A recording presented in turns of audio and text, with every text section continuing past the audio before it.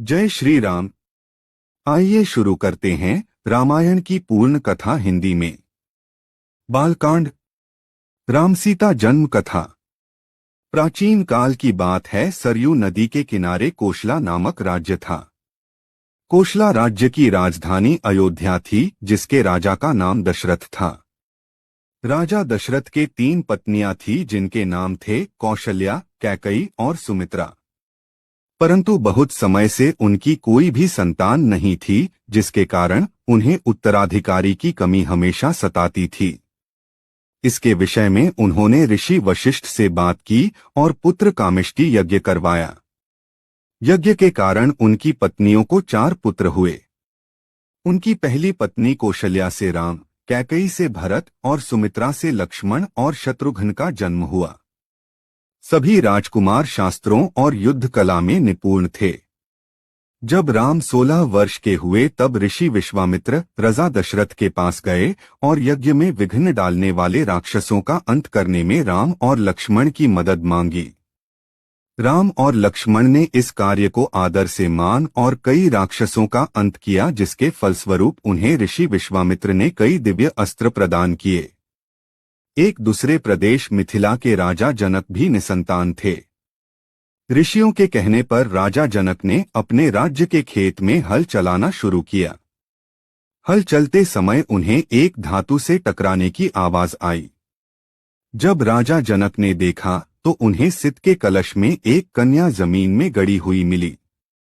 उस कन्या को जैसी ही राजा जनक ने मिट्टी से निकाला, राज्य में बारिश होने लगी और उस कन्या को जनक अपने महल ले गए। सित के कलश में पाने के कारण उस कन्या का नाम सीता रखा गया। बालकांड। श्री राम और सीता विवाह। धीरे धीरे सीता बड़ी हुई और उनके विवाह का समय आया।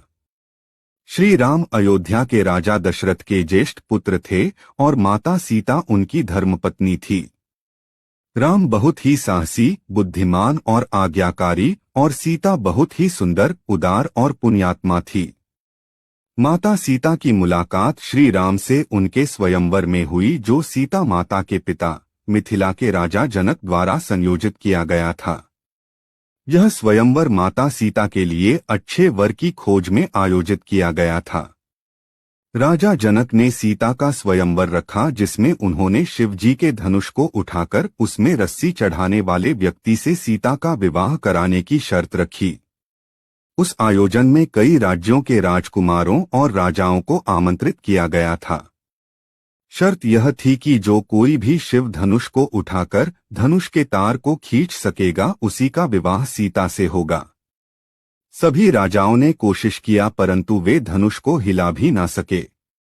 जब श्री राम की बारी आई तो श्री राम ने एक ही हाथ से धनुष उठा लिया और जैसे ही उसके तार को खींचने की कोशिश की, वह धनुष 2 टुकड़ों में टूट गया। इस प्रकार श्री राम और सीता का विवाह हुआ। इस प्रकार श्री राम का विवाह सीता से, लक्ष्मण का विवाह उर्मिला से, भरत का विवाह मांडवी से और शत्रुघ्न का विवाह श्रुतकीर्ति से हो गया।